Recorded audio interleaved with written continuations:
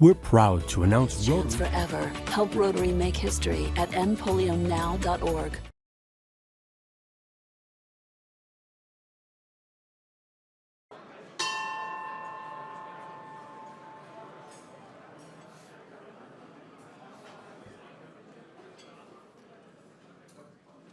Welcome, everyone, to the Rotary Club of Tulsa. We're really glad to see so many visitors here. I'm sure it's because of our great speaker, Mike Turpen. We hope that you'll come again, even when our speakers aren't quite up to Mike's level. To start our meeting today, Ed Monette will provide the invocation, then Joseph Bias will lead us with the song and pledge, followed by visitor introductions from Catherine DeCamp. So, Ed. Please join me in prayer. Dear God, as we gather here today as members of Rotary, we pray that we are ever mindful of opportunities to render our service to fellow citizens and to our community, keeping in mind always the enduring values of life, exerting our efforts in those areas and on those things upon which future generations can build with confidence. Let us continue to strive to make a better world. Amen.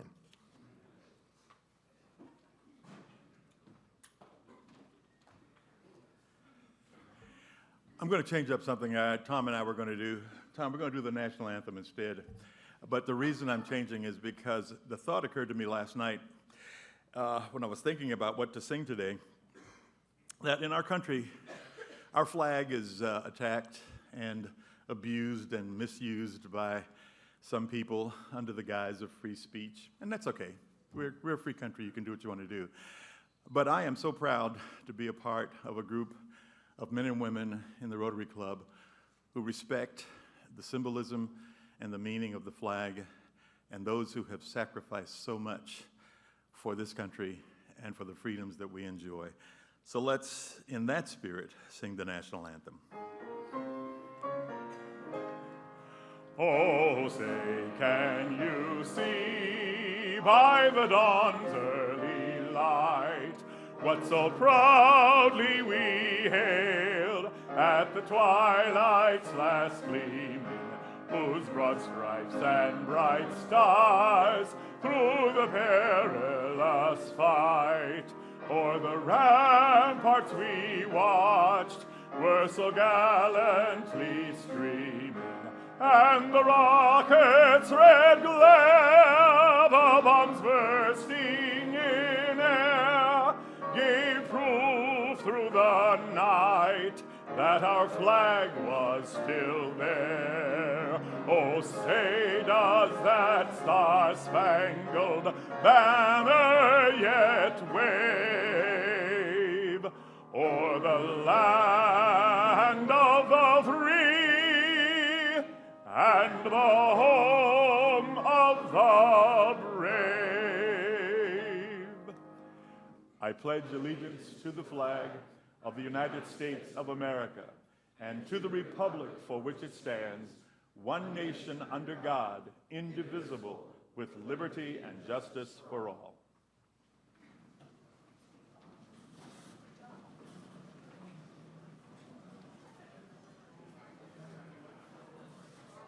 Hello, Rotarians. It's my honor to introduce our guest today. When I introduce your name and the name of your visitor, if you'll please rise for just a moment to be acknowledged, and then we'll go ahead and save applause for the end, and that way we can welcome everyone at once. So today, Fred Rahal has Demario Solomon Simmons, David Riggs, Harley Thomas, Mark Nelms, and Chris Kepsel. Bill Major is a guest of Michael Turner. Jeff Tutt is a guest of Elaine Moore Jones. Josh Hassel is the son of President Jeff, and President Jeff also brought Jim Sturdivant and Joe Morris. John DeCamp is the husband of Catherine DeCamp, and Judy Jarvis is the sister-in-law of Catherine DeCamp. That's me. Brent Adams is a guest of Mark Morley. Chaz and Cameron Craig are the sons of Curtis and Carol Craig. Fred Ibrahimi is the guest of John Holland. Carol Clinda is the wife of Tom. Tom Clinda brought Carol. Belen Martin is our exchange student. Is Belen here? Okay, we weren't sure if she'd be here. She's just arrived. Ray Vandiver is with Tulsa Children's Museum. There he is. David Levy is the guest of Terry Heritage. Where did they stand up? Okay, Pam Johnson is the guest of Linda Wilson. And Jim Light is the guest of Dustin Holder. Let's give them a round of applause. Thank you for being here. And our visiting Rotarian today from Hobart, Oklahoma is Jerry Strange. Hi, Jerry. There she is. Thank you, Catherine. Welcome again to all of our guests.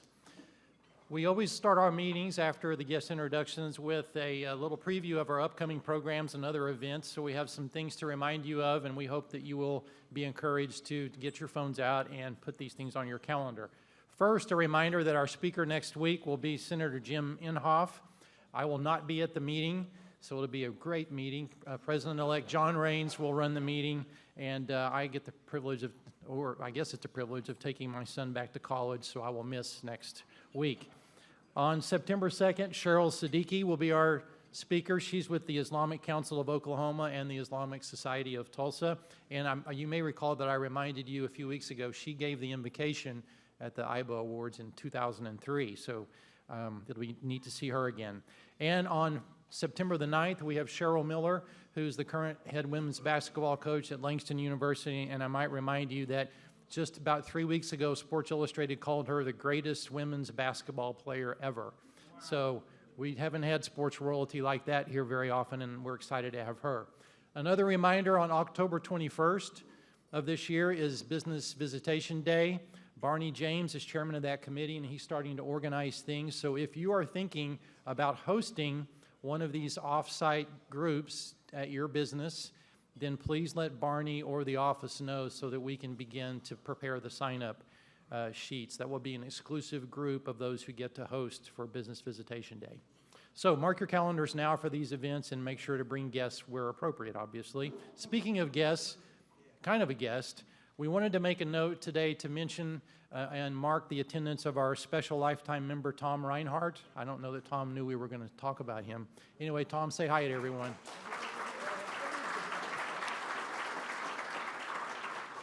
There are currently 10 special lifetime members of the club. Tom was president in the 2000-2001 Rotary year, and I remember he would always remind us at the end of our meetings, bring a guest to Rotary next week, right?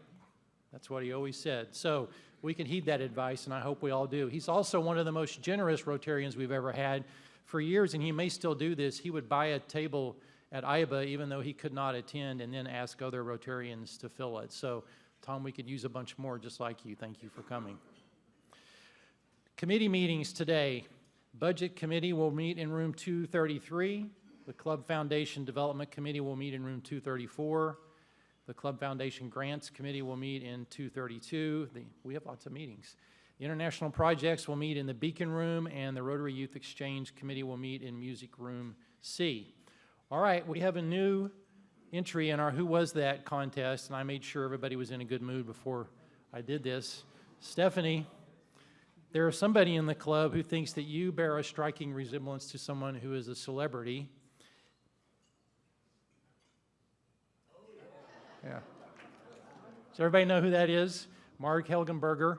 She, I think she's in CSI now. She started out as a young actress in the series China Beats. That's where I remember her. Anyway, that was another entry in our Who Was That contest. That's not so bad, is it, Stephanie? We have a few more entries in the can, so we'll roll those out over the next few weeks. And remember to let Alicia Herrera or me know if you have any other contributions to that little bit of fun. A big thank you to today's sponsors. Those sponsors for the program today are Bob Parker with Robert E. Parker and Associates, Dustin Holder with Allegra Print and Imaging, Terry Lawson's Vision Source Tulsa, and Forrest Cameron's GTR newspapers.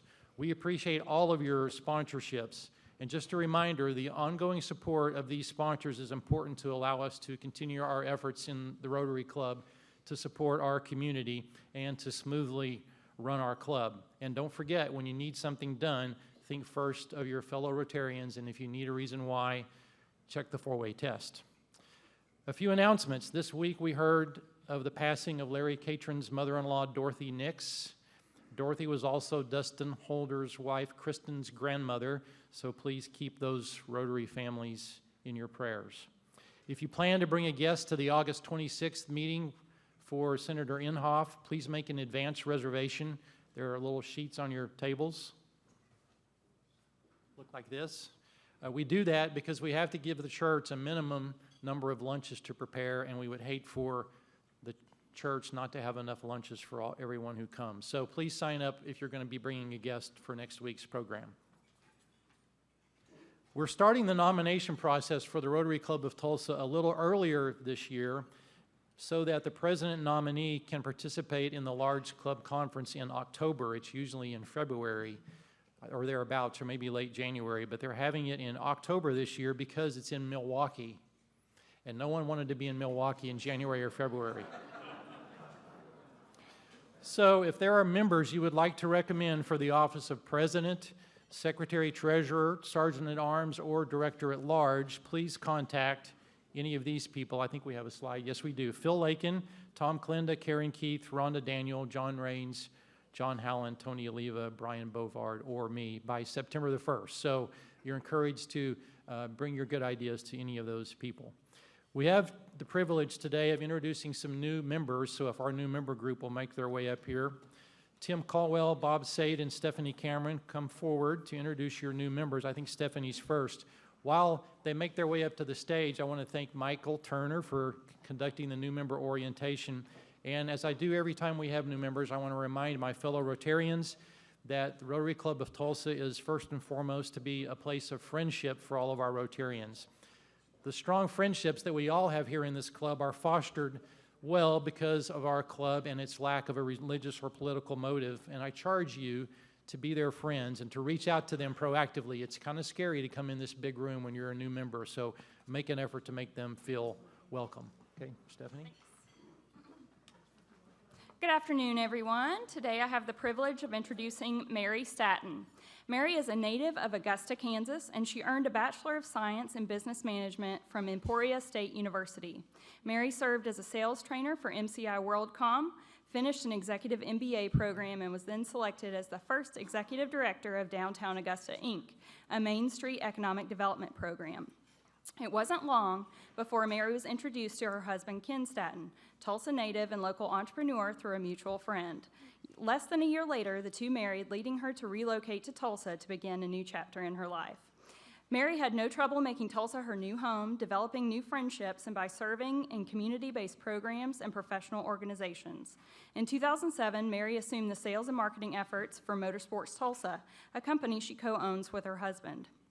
MST is a custom aluminum aftermarket parts manufacturer and retailer specializing in old-school Volkswagens.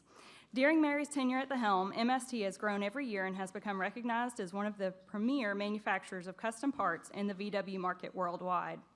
MST has also led Mary over the last 8 years to be active in the Tulsa Chamber, where she currently serves on the Advisory Council and is Legislative Committee co-chair for their Small Business Connection. Additionally, in 2011, she completed the Fast Track program related to career development. Most recently, Mary was selected to participate in Leadership Tulsa's Class 54. Mary and Kenny, her husband of nearly 10 years, are members of the First Baptist Church in Verdigris, where they live. Mary is a dedicated wife, loving and devoted stepmother to Stephen, and will make a wonderful addition to this organization. Please help me welcome our newest Rotarian, Mary Staton. Congratulations.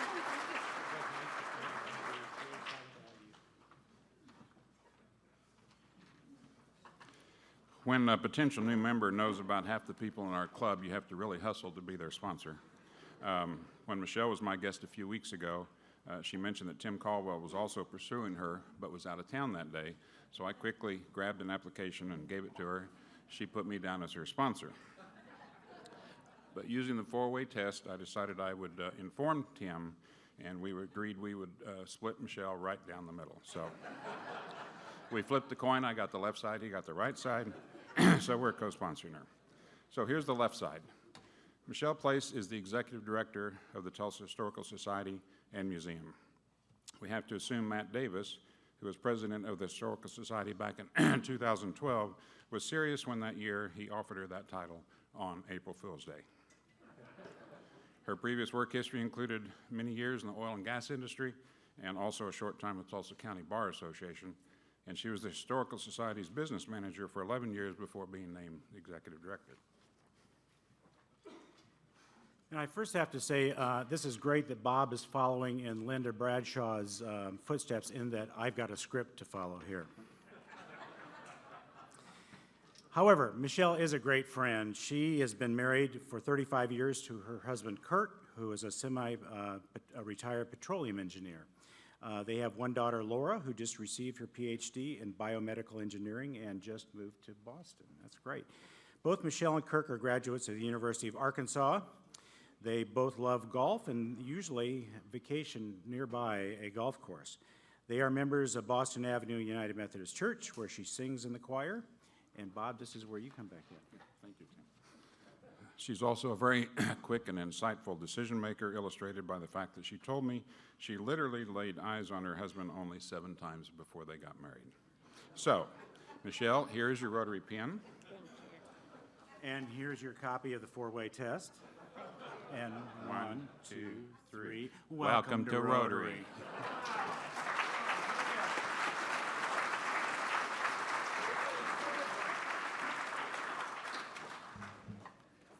They had a script with big words, Bob, Tim, Bob. There was no way they could mess that up. You've heard me mention in the past our new Diversity and Inclusion Committee. There'll be more about that committee in the weeks ahead. Go ahead and cue that up while I keep talking. I'm of the firm belief that this is one of the most important initiatives possible for the future of our club. And here's a short video that explores the inspiration that could come from it.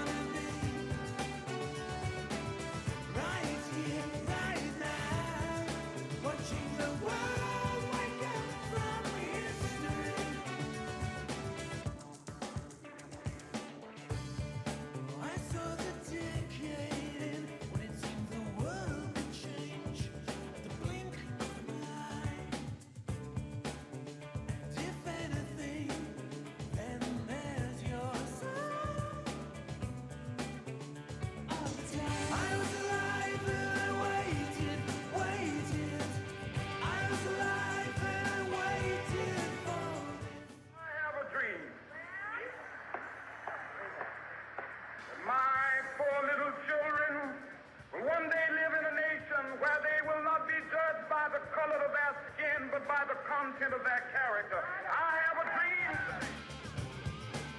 that the only thing we have to fear is fear itself.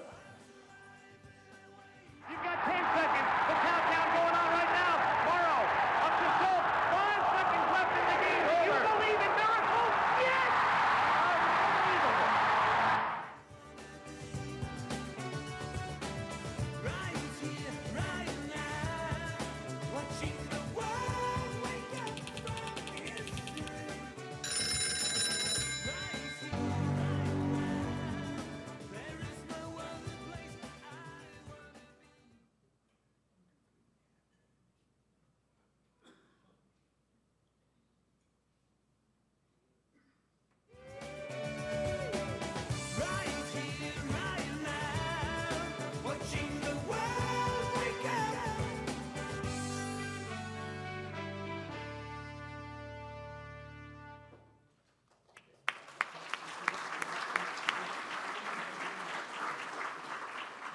So look for more from our new Diversity and Inclusion Committee during the year ahead, and in particular, we'll have more from this committee in a couple of weeks. It's my view that almost every great accomplishment in the world has actually occurred by someone or something that is actually different, unique, and needs inclusion to be recognized.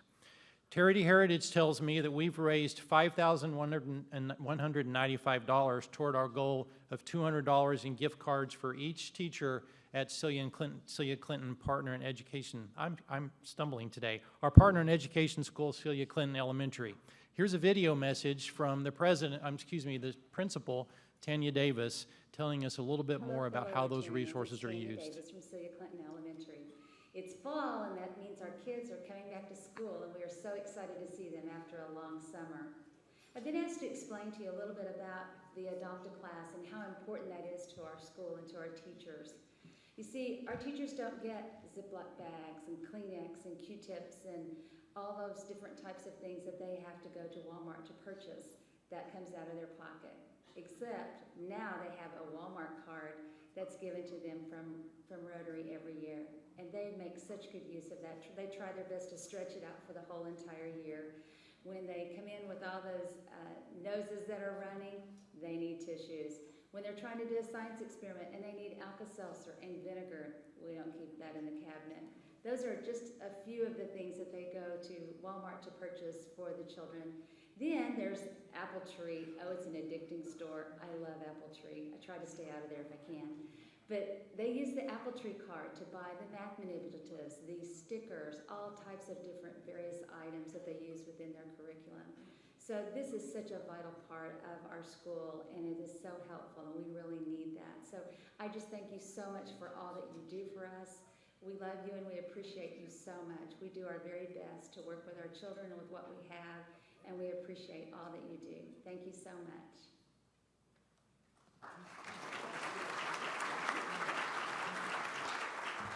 So many people, as I was preparing for this year, said to me, Jeff, I really just want to make sure we're doing something that's making a difference, and we don't really ever talk about that. And this, to me, is an example of something tangible. It's something relatively small that any of us can do, and it really does make a difference for those teachers who are, frankly, in a tough place to teach. And those little things that we can do for them could maybe make a difference in a real person's life some way or another. Okay, we have a few community announcements today. Andrew, if you'll make your way up for a Club Foundation presentation. Jeffrey, you're right after Andrew, and then I believe it's John O'Connor. Andrew? This is my first time up here, so apologize if I mess up. But it is my pleasure to present a check in the amount of $10,395 to the Executive Director of the Tulsa Children's Museum, Ray Vandiver.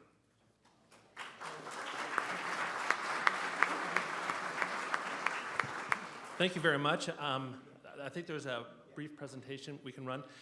I'm Ray Vandiver, Executive Director of Tulsa Children's Museum. Rotary has been a wonderful supporter of the Children's Museum. With these funds, we're going to create our first computer lab. Last year, we had over 26,000 students participate in our educational programming, making us one of the largest STEM providers in the state of Oklahoma. And we're going to be able to introduce curriculum in high-tech courses such as computer animation and computer coding. Again, thank you so much for your support of Tulsa Children's Museum.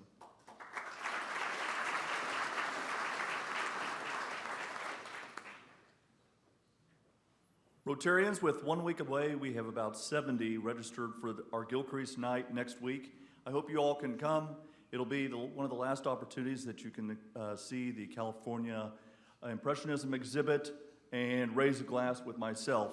For those that may not be able to make next week, I promise we'll have more opportunities to raise a glass, as that's something that President Jeff and I have talked about that's important to the two of us. And the Oklahoma City Thunder game is sold out. Thanks.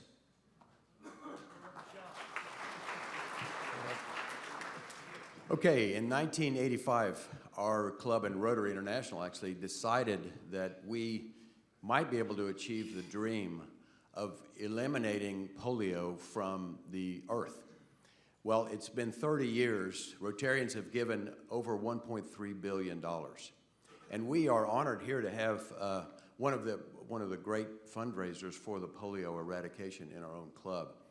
Past President Bob McKenzie has raised $250,000 in his various rides over the year. Bob, would you stand up and show us what you...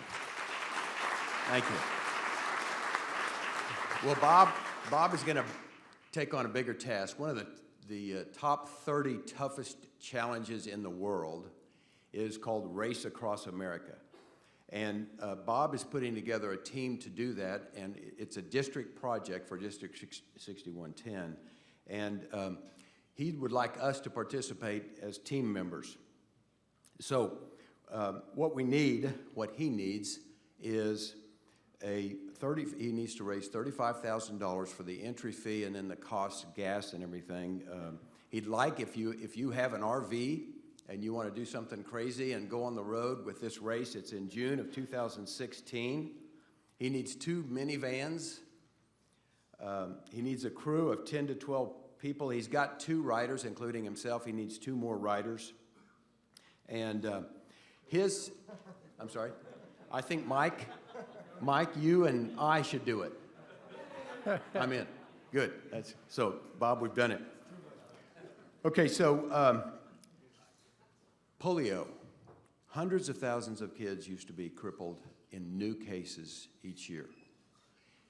Last year, only 33 new cases, actually 36 new cases in the world. Africa is now a year without a new polio case. So we're down to Pakistan and Afghanistan, 33 cases in Pakistan, 3 in Afghanistan.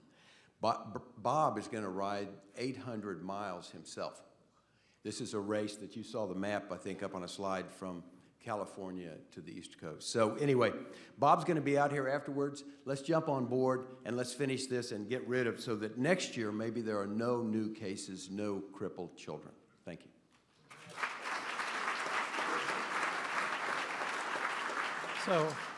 So Bob, I have to cross-examine you about this. So this is a continuous 24/7 ride, right? Exactly. Yeah, and you kind of tag team. You ride for a few hours and then you go sleep in the van. Is that kind of what you do?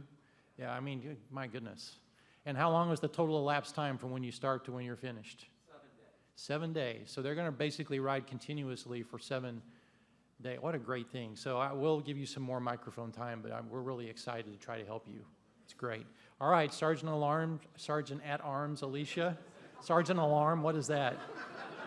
Sergeant at Arms Alicia Herrera. Thank you. I absolutely love Bob and what you're doing. I cannot race across America. I could race across like my neighborhood. So if you need me for like a quarter-mile leg, I'm your girl. So, okay, this has kind of been a little while in the making. Josh Hassel, Jeff's son here. We've got a quick little video that Jeff sent to me. Jeff was very eloquent when he was explaining what was happening in this video. It's the pie in the face to celebrate Josh's walk-off single to drive the winning run home in the bottom of the 9th. None of that made any sense to me, but this is very exciting to watch. So. Oh gosh. That's not it. Tell you, technology, what is happening here? Sorry, guys. I can't, well, if I had a pie, I would show you exactly what it looked like. We go back to our slideshow, sir. Okay, congratulations, Josh. I'm sorry, Jeff. It was good. It was essentially a pie, like right in his face. So you guys can imagine what that was like. I was politely explained to you today that this screen actually has the exact same information on it as that screen. I didn't know that. Apparently, I always look to the left, so I'm sorry. Ron, here you go. Okay, big, big happy birthday to Mr. Ed Bentley. He turned 97 yesterday. Happy birthday.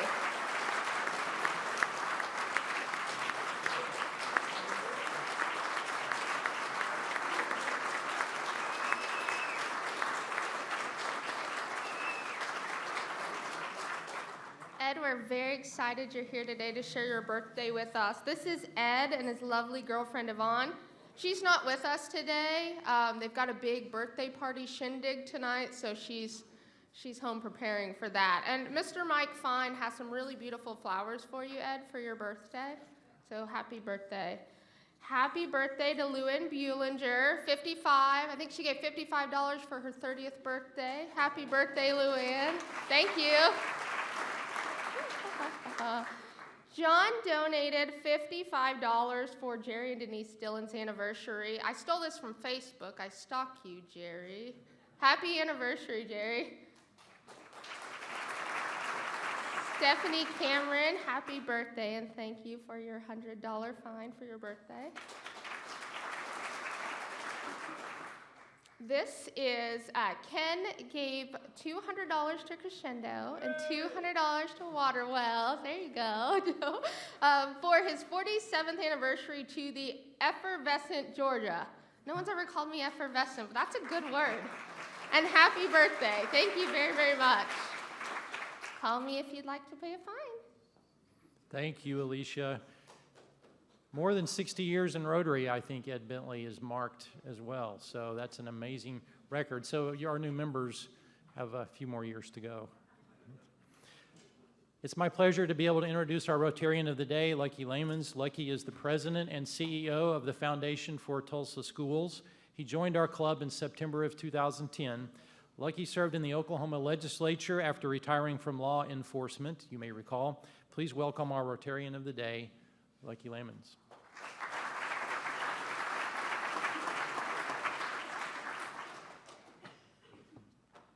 Thank you, President Jeff. Fellow Rotarians, it's my pleasure to introduce you today our guest speaker, Michael C. Turpen. Mike was born in Tulsa, Oklahoma, and is a proud graduate of McLean High School, earning both his bachelor and law degree from the University of Tulsa.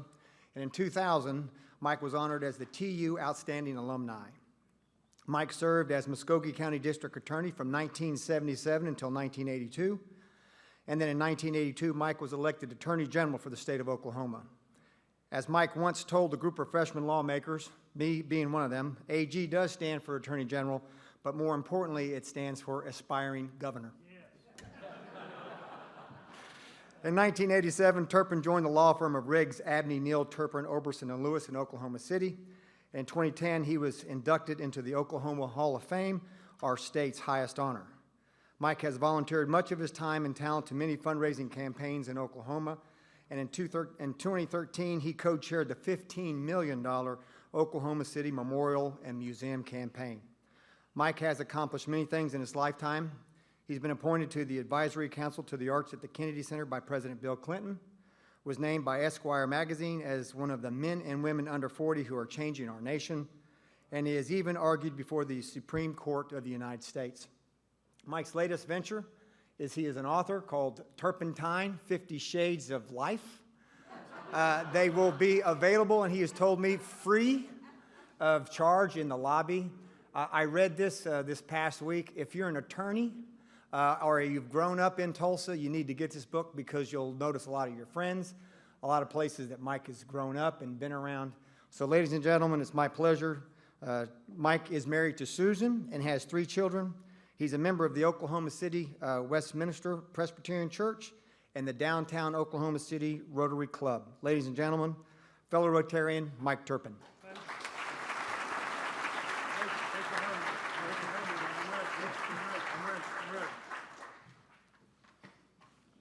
Let's see. E-S-E-M-E-D. E-S-E-M-E-D. That means every second, every minute, every day, live life to the fullest. Simple life philosophy. I've tried to do that. And I grew up in Tulsa. And I've learned that if you ain't giving, you ain't living. And the greatest paradox in life is to whom much is given, much is required. We tell each other that all the time. It's biblical. The pastor's here. But the greatest paradox is the more you give, the more you have. So I've learned all that growing up in Tulsa, McLean High School. And I got to say, Lucky, that you're currently the president of the Foundation for Tulsa Public Schools. And Hannibal Johnson, who's a member of your club right here, is the foundation chairman. So I want to say thanks to them. My wife teaches school in Oklahoma City right now, U.S. Grant High School, the biggest high school in Oklahoma City. And I just can't help but say, educators impact eternity. I may say that twice. Educators impact eternity. So, thanks for having me back. I'm here because I wanted to be here. I grew up in Tulsa. I went to the University of Tulsa. And I like to say there, I learned a lot about the 4 M's, maltuition. You know, I love Tulsa University, but, you know, the 4 M's in life are marriage, mortgage, munchkins, and maltuition. But I got a great degree there at the University of Tulsa. I am a Tulsa guy. My mother went to Central. My dad went to Rogers. That's how Tulsa I am. And my dad was in the first graduating class at Rogers. My uncle wanted me to be a hockey skater, but my dad wanted me to be a figure skater, so I'm a proud member of the Tulsa Figure Skating Club. Believe it or not, I can never do an axel, but I can do a waltz jump for anybody that knows anything about skating. And for those in the room that remember the Coliseum, please raise your hand. Okay, there's a thank you. So the Coliseum, folks, before lightning took it down, that's where we skated. And great memories from all that. I waited tables for 5 years at Steak and Ale on 51st and Yale. Waiting tables there, I learned a lot about humility and service. And I started waiting tables on a guy named Pat Williams. So Pat Williams, one of the greatest lawyers, you know, I've ever known. God rest his soul. That's where I met him. He said, you need to quit being a waiter. You're not very good at it. You need to come and practice law. And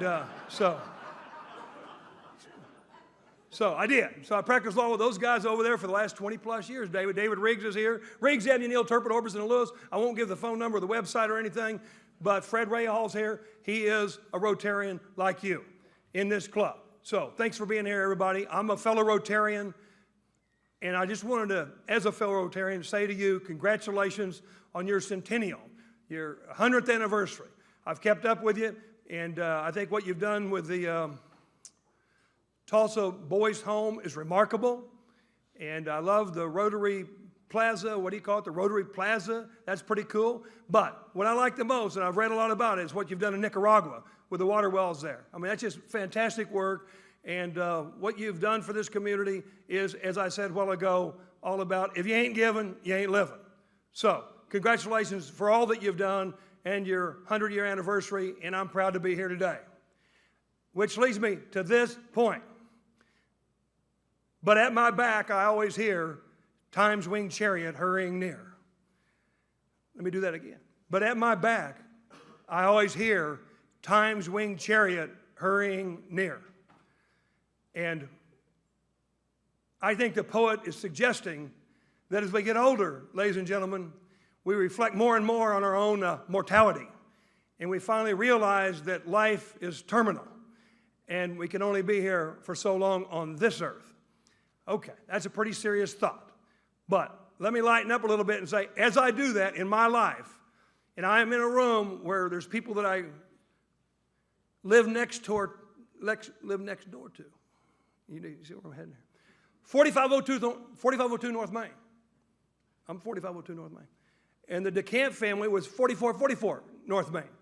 And I mean, that's how nice all this is. I mean, good to see you again. Yeah.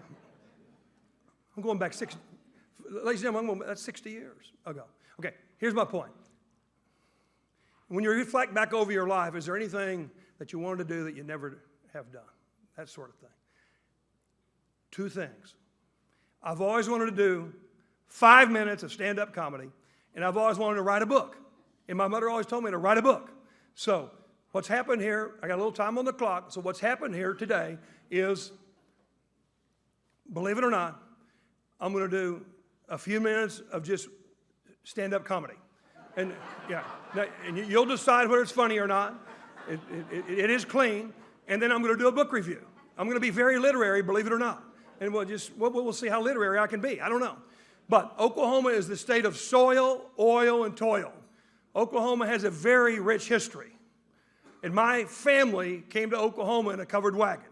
And if you'd have seen my family, you'd have known why the wagon was covered, okay? So that's, see, I got some material, okay? So, thank you. So, I spent $100 to research my family tree. Once I saw it, I spent $500 to cover it up. That's how bad the situation was, okay? All right, so our family was poor. We were so poor that for breakfast, we ate popcorn, for lunch, we drank water, and for dinner or supper, we just sat around and swelled up. Okay, so thank you, yeah. I eventually went to high school. As Lucky pointed out, I went to McLean High School. At McLean High School, I was an honor student. Yes, Your Honor. No, Your Honor. I was in trouble all the time. And I see Joe Morris here, a wonderful federal judge. But back then, were you in juvenile court, it seems like. I don't know. I'm just kidding. Joe Morris, federal judge from Muskogee, when I was district attorney over there. So great to see you here today. In any event, I was an honor student. Yes, Your Honor. No, Your Honor. In juvenile court. I eventually went out for the track team at McLean High School, and the coach said, stay to the left and get back as soon as you can. And I always thought that was good advice for life. I've stayed to the left pretty much politically, and I hope to be here next week to see Senator Inhofe in that regard. Okay, so here's the reality. I wasn't very good at track, but one day I was warming up for the hurdles, and I backed into the pole vaulter, and I won the broad jump. And that's as silly as I'll get here today. Well, I won't get any sillier than that one right there. In any event, now I've joined the senior golf tour. On the senior golf tour, you play 3 holes, and whoever remembers their score wins, okay? So thank you. Yeah. So I'm a golfer. You know the story there. The man with the fastest golf cart never has to play a bad lie. I learned that from David Riggs. Okay, you see what I'm saying? Yeah, that's right, David. You got it. Okay, so moving right along, I went out for the basketball team at McLean High School. My coach was Joe Shoulders. You remember Jim Shoulders? His brother, Jim Shoulders' brother, was my basketball coach at McLean High School. In high school, they called me, in the basketball context, they called me the Minuteman. I kept saying, Coach, can I play? He said, in a minute, man, just sit down and be quiet. We're tired of talking. So, didn't go. Eventually, I did go to the University of Tulsa. I already told you that. My only problem at the University of Tulsa is they thought they caught me cheating on a metaphysics exam. They said I was staring into the soul of the guy next to me. Thank you. See, that's kind of higher ed humor. I mean, that's literate humor right there. Okay, so I'm at the University of Tulsa. Everybody knew that I was going to be a lawyer someday because under my yearbook picture at the University of Tulsa, back when we had yearbooks, it said, under my yearbook picture at the University of Tulsa, it said, incompetent, irrelevant, and immaterial. And everybody said, that guy's going to be a lawyer. I mean, it just figures, right? Okay, so I finally got to be a lawyer. Unfortunately for me, the very first job I ever took was as a bankruptcy attorney, and I took all of my cases on contingency. And that's yeah, thank you. That's kind of a good lawyer joke. I mean, if you win, you lose. Anyway, the partners were not very happy about all that. I finally developed a card. This is many years ago. I developed a business card. It's fine, airport park. No. So my business card, this is from years ago. It says, if I can't get you out of jail, I'll get in with you. So the point is, to think about that, at least you got company along the way. You see what I'm saying? And then you flip it over and says, it's better to know the judge than it is to know the law. And at this point in my life, I try to know both. You see what I'm saying? Okay. Where am I headed with all this? Eventually, I went into politics, and I ran for district attorney in Muskogee, and I won. Then I ran for attorney general of the state of Oklahoma. My slogan was, it's time for Turpen. It's Turpen time. And everybody said, that's a stupid slogan. I said, who cares? I won. I'm Attorney General of the state of Oklahoma. I mean, you got to have a sense of humor, folks, along the way. Then I ran for governor. Some of you helped me. I came up a little bit short. Turpen time was over. A lot of people believe my race for governor was so bad that I put the word goober in gubernatorial. I mean, I'm not saying I did, but some people suggest that's the way that it was. Oh, my gosh. Believe it or not, after all that, I finally decided just to slow down, get married, raise a family, and, live the Norman Rockwell dream as much as possible. And so I married Susan, who's a school teacher over in Oklahoma City. I'm very serious about this. Susan and I have a perfect marriage. I won't try to run her life. I won't try to run mine either. That is a good marriage. I'm still working on this material, folks. She lets me have her way. Now, that's a good one. Thank you. Okay. If you like that one, I got one more, then I'm going to get more serious. I know we have the 4-way test that we genuinely live our lives by as Rotarians. But here's 5 3-word phrases that every man should use to ensure matrimonial bliss. 5 3-word phrases every man should use to ensure matrimonial bliss. There's Susan and I. Number 1, I love you. Number 2, you look beautiful. Number 3, let's eat out. Number 4, can I help? And number 5, it's my fault. Okay, so that works pretty well. 5 3-word phrases between me and my wife, and I just say, happy wife, happy life. And that's how it all works out. And we've raised 3 kids, and the hardest part about raising kids is Irma Bombeck said it first. She said, once you help raise a teenager, you know why alligators eat their young.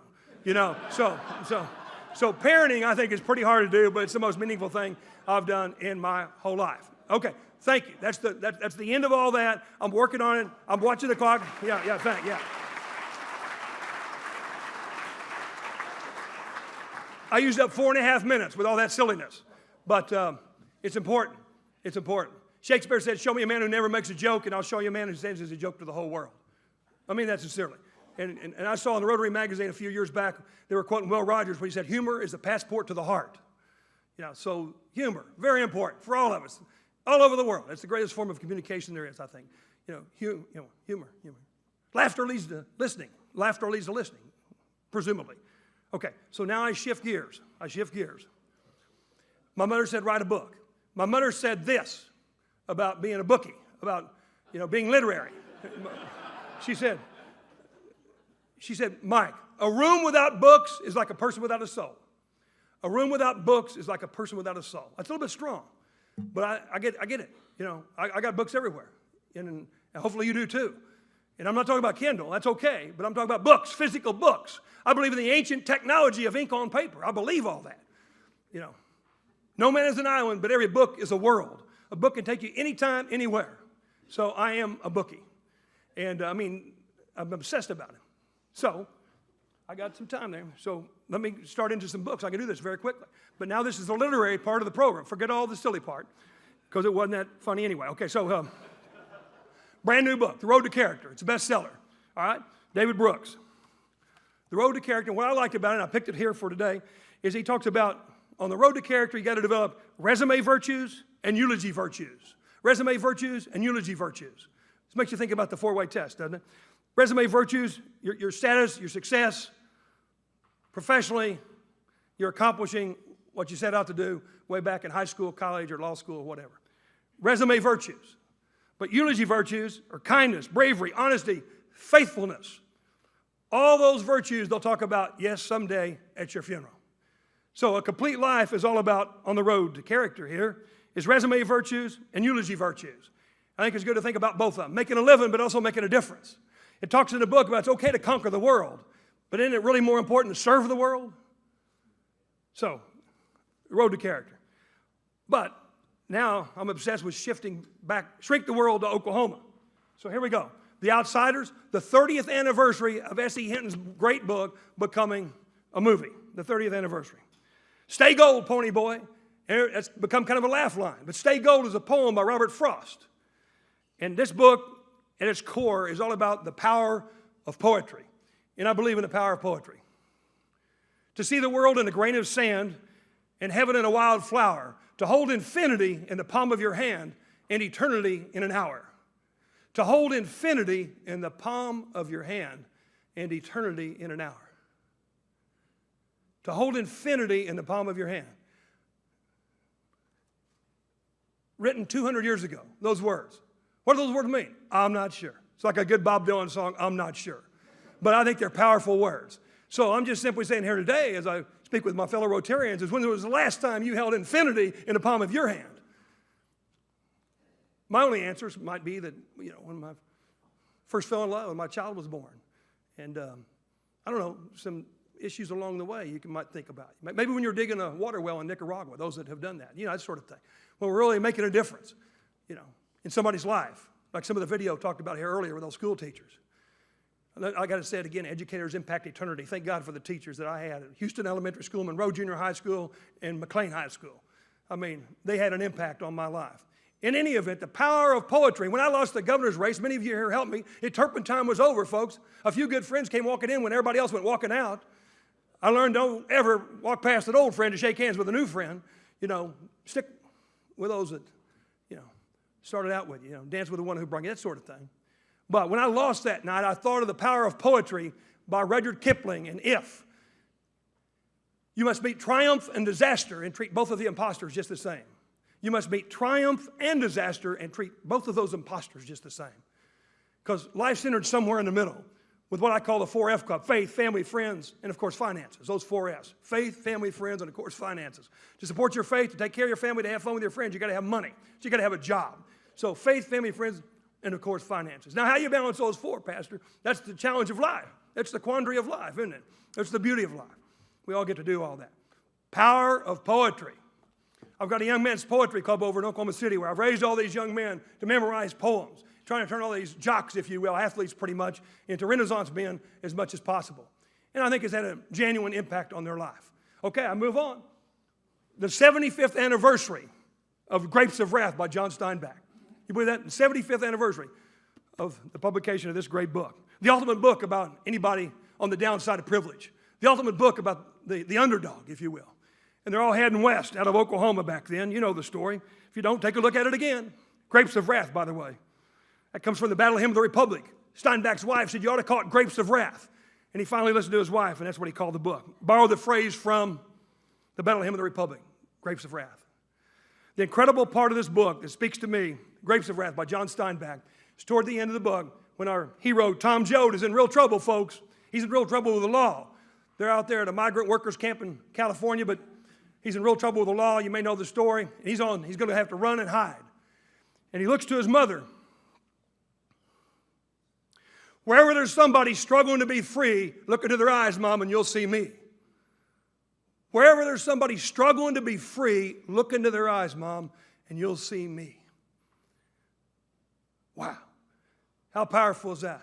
Literary words for the ages. The power of words. President Kennedy said about Winston Churchill that Churchill mobilized the English language and sent it into battle. He mobilized the English language and sent it into battle. Isn't that beautiful? Churchill said, if the British Empire lasts for 1,000 years, men will still say this was their finest hour. The power of phraseology.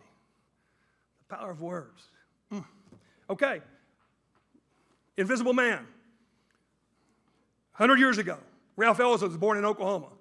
One of the great African-American authors in this state. Right there with you, Hannibal. Sincerely. But in this book, the young man, the young African-American, takes out to see the world, the country, basically.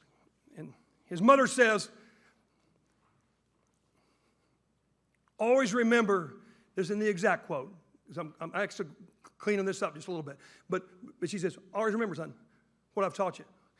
And he said, I was armed as I left my home with my mama's grit and wit. Grit and wit. When you think about that, just the word grit, I just love it. The word grit, what's that mean to you? You must be laborious before you can be glorious, right? I mean, hard work. Grit means you've got to do something to be something. Destiny does not make house calls. You got to go seize it. You got to go get it. TGIM, thank goodness it's Monday. All successful people believe that. You get up on Monday morning, you make something happen. Now, some of this I share with my own kids. They go, Dad, give it a rest. All that motivational stuff. So you can tell me the same thing. I get that, folks. You've lived your lives. I've lived mine. I'm just sharing a little philosophy with you along the way here.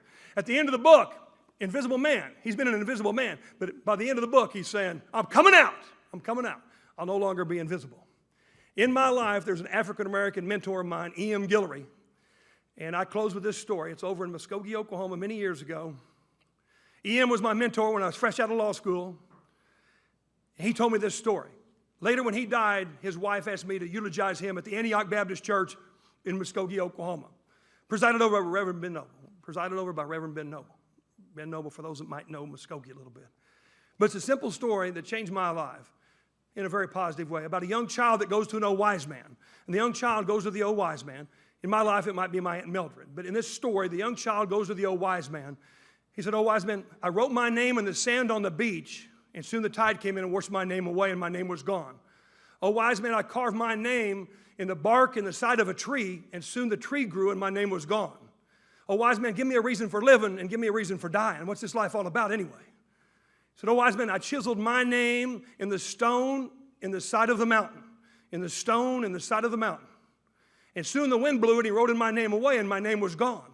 Oh, wise man, what really matters in this life?" And the old wise man looks to the young child. He said, "Write your name, inscribe your name in the hearts of your fellow man.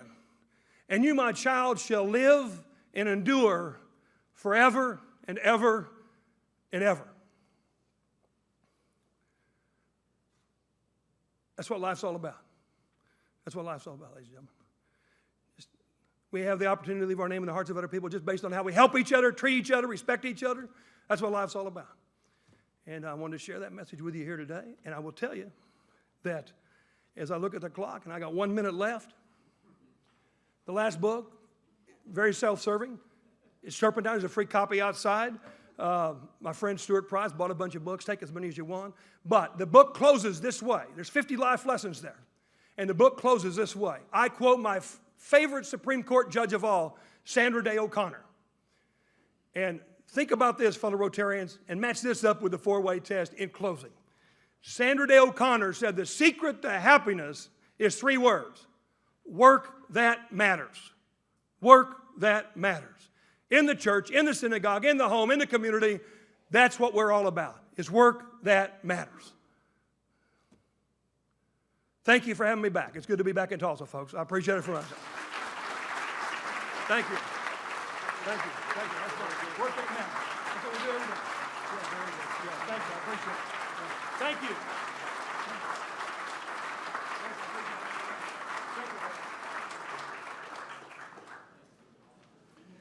Thank you, Mike. It's awfully hard to follow something like that. I had something written down to try to be funny after that, but I've scratched all that out. Instead, I have a 6th 3-word phrase for you to consider. Okay. I am listening. Ooh, that's good. That's good. It's gonna get married. Yeah. A book recognizing today's program will be presented to our partner in education school, Celia Clinton, and Mike has inscribed a little message for the students in there. The title of the book is Raising the Bar by Gabby Douglas, one of our famous gymnasts. You should be seeing a list of our volunteers who made the program today possible, and please thank them as you leave the room. Remember, with a salute to Tom Reinhardt, bring a guest to Rotary next week. We're adjourned.